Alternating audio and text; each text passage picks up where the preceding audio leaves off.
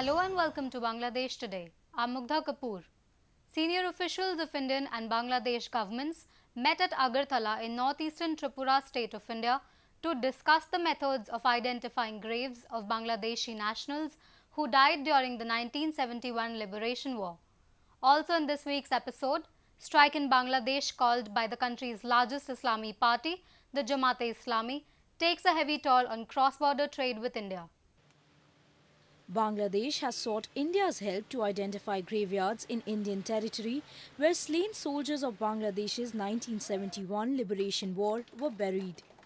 The district magistrate and collector of West Tripura district, Kiran Gitte, said that it has been decided to permit freedom fighters from Bangladesh to visit Tripura to trace the likely graveyards.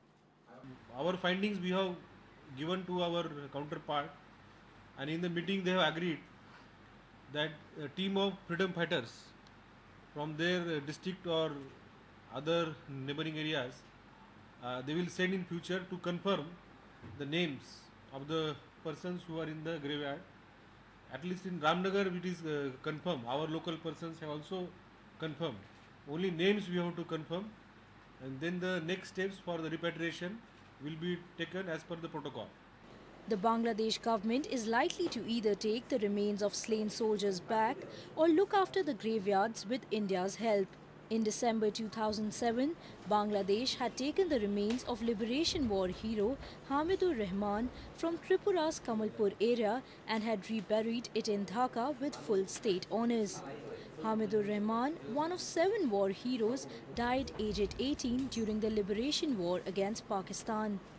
Gitte also revealed that so far 2 burial spots have been identified at Ramnagar and Golchakkar on the fringes of the capital city of Agartala. Last year, in 2012, our state government had got the list of freedom fighters who are supposed to be buried in our part. So this list was received from the Minister of Home Affairs, then the Minister of MEA, and last year RD department was declared as a nodal department to identify these graves. Since this issue is very old, about say 40 years plus, only 1 or 2 graveyards we could locate till date. One graveyard has been located near Ramnagar, and one people are saying is near Golchakkar. Tripura had 6 to 7 camps in 4 sectors from where the Mukti Jodhas battled the Pakistani forces during the 9-month-long war in 1971 that eventually led to the creation of Bangladesh. Pakistani troops in 1971 attempted to quell a nationalist uprising in what was then East Pakistan that was triggered by jailing of Sheikh Mujibur Rahman. In 1971, Jamaat-e-Islam and their killing group, which is known as Al-Badr, Al-Shams and Rajakar, they have killed thousands of innocent, intellectual, unarmed people in 1971 during the War of Liberation. So this is not new to us, but the problem is how this Jamaat regains so much power in a country like Bangladesh, which was liberated in 1971 through a bloody war.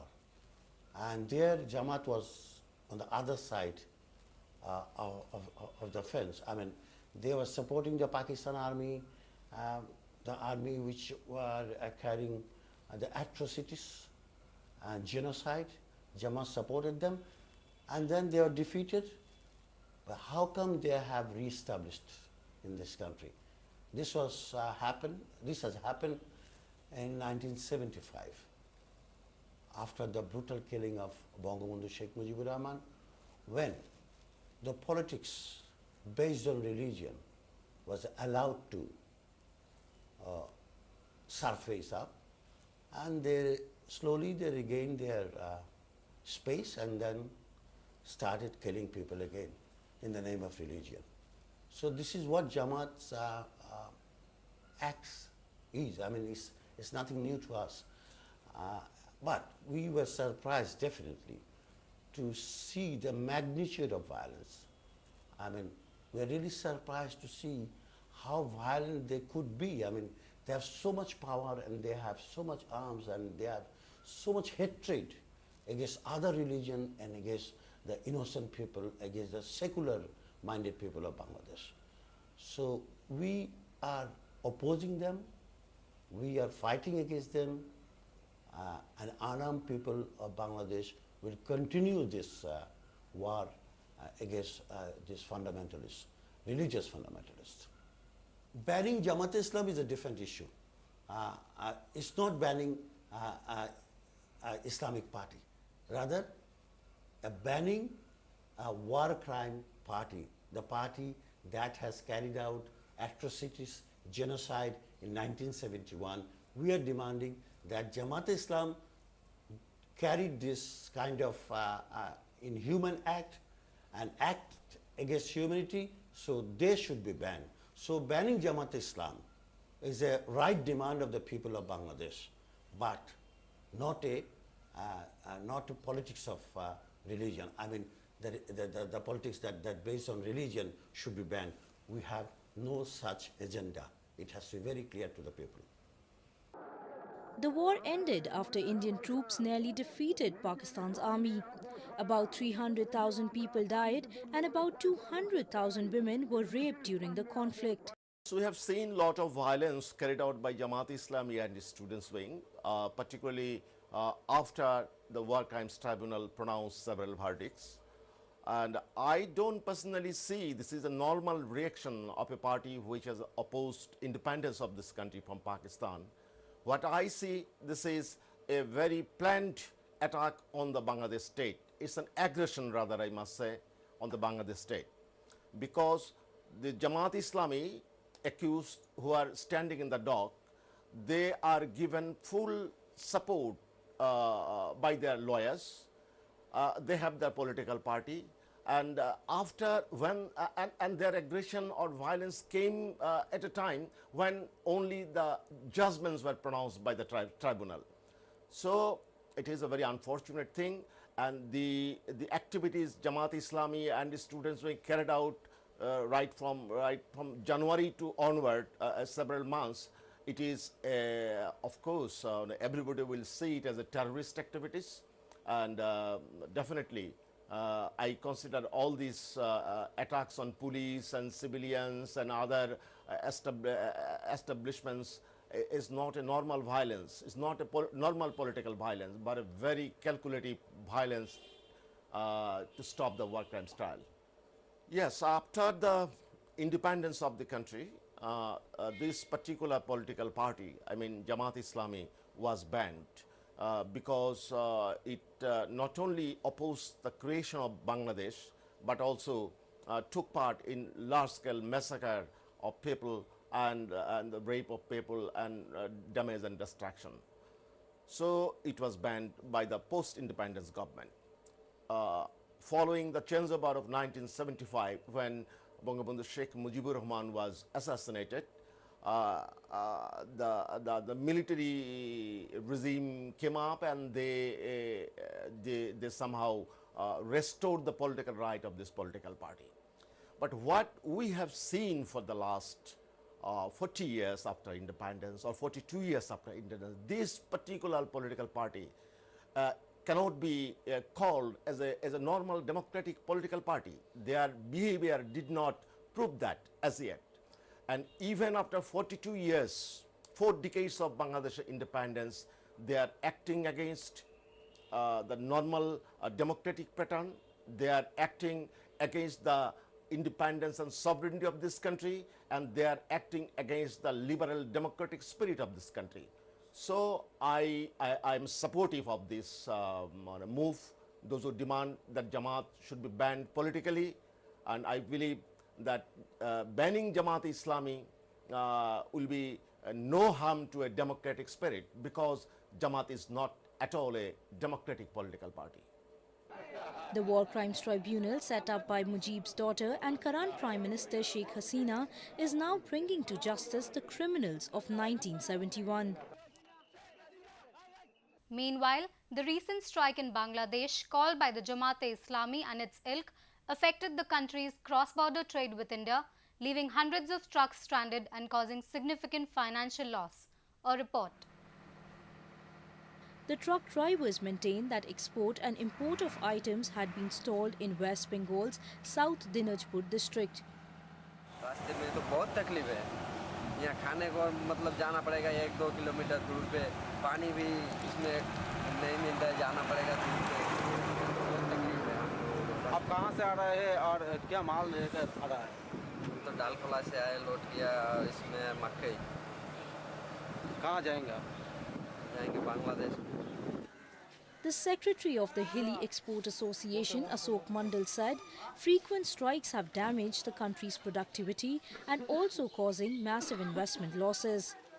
Export बंद नहीं होता है India में export जो होता है लेकिन export होने के बाद बांग्लादेश के पार्किंग से गाड़ी निकलती नहीं है सब गाड़ी वहीं पर खड़ा हो जाता है इसीलिए पार्किंग फुल हो जाता है गाड़ी को पूरा ले नहीं पाता है जहाँ पर गाड़ी हमारा गाड़ी 200 गाड़ी घुसता है वहाँ पर 100-130-140 गाड़ी घुस के पूरा पार्किंग फुल हो जाता है इसी के चलते गाड़ी लंबा लाइन हो गया है और तो बोले हम जो पार्किंग का जो हमारा जो लोकल प्रशासन है जो जिला परिषद के जो अंदर में जो पार्किंग है इसका थोड़ा लापरवाही चलते ऐसा हो गया है The Bangladeshi economy has taken a huge hit because of protests and counter-protests since January this year, when a tribunal set up by the government to investigate crimes during the War of Independence against Pakistan began convicting leaders of the Jamaat.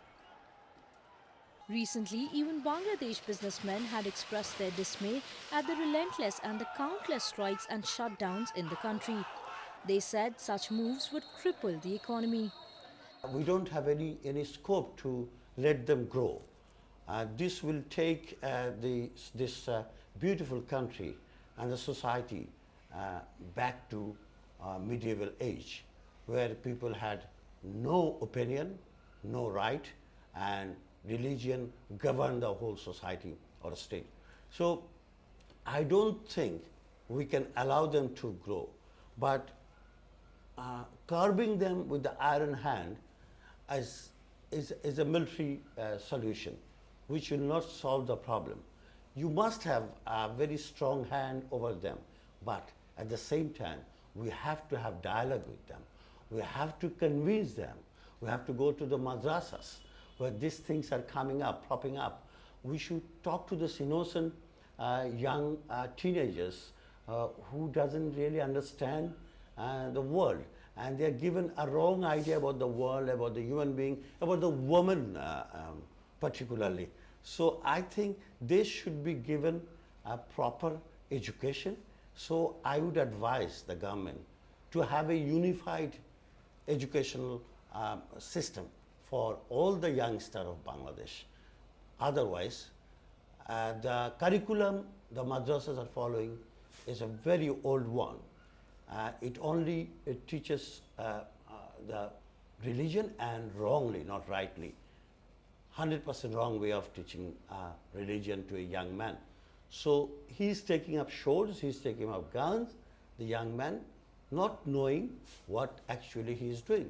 So my position is very clear that we should be, those who are active with the arms against other religion, other sect or other group of people who doesn't believe the same way they believe, and they are going to kill them, and they are destroying the assets of the country. They should be taken into care. They should be dealt with a very strong hand, but at the same time, we should look into the matter very seriously, and we should go for a dialogue. We should go for mixing up with them. We should tell them, look, this is not the right way to preach Islam or preach a religion. This is a wrong way. You cannot fight 100,000 people. You cannot fight the whole nation because the Bangladesh is, most of the Bangladesh, 90% are Muslims. They believe in Islam, but they are not radical. They are not radical. So, and every human being, whether he's a Muslim or he's not a Muslim, doesn't matter, has the same right that you have, a madrasa student have. So my position is to have a society where harmony exists. Bangladesh imports over $4 billion worth of products from India, while India imports less than $1 billion worth of products annually from Bangladesh. If these strikes and violent demonstrations continue, it could jeopardize the country's aim of becoming a middle-income country by 2021. That is all we have for you in Bangladesh Today this week. Thank you for watching.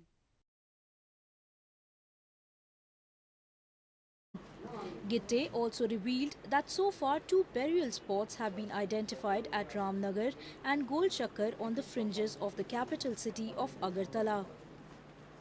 Last year, in 2012, our state government had got the list of freedom fighters who are supposed to be buried in our part. So this list was received from the Ministry of Home Affairs, then the Ministry of MEA, and last year RDD have to confirm, and then the next steps for the repatriation will be taken as per the protocol. The Bangladesh government is likely to either take the remains of slain soldiers back or look after the graveyards with India's help. In December 2007, Bangladesh had taken the remains of Liberation War hero Hamidur Rahman from Tripura's Kamalpur area and had reburied it in Dhaka with full state honours. Hamidur Rahman, one of 7 war heroes, died aged 18 during the Liberation War against Pakistan. That it has been decided to permit freedom fighters from Bangladesh to visit Tripura to trace the likely graveyards.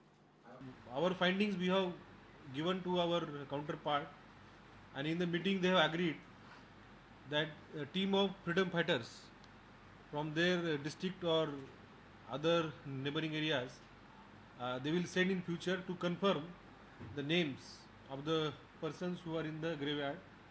At least in Ramnagar it is confirmed. Our local persons have also confirmed. Only names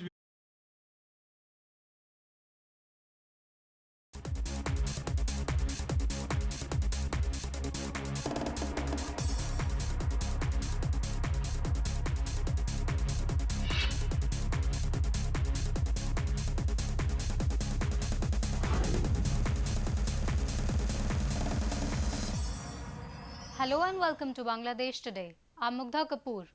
Senior officials of Indian and Bangladesh governments met at Agartala in northeastern Tripura state of India to discuss the methods of identifying graves of Bangladeshi nationals who died during the 1971 Liberation War.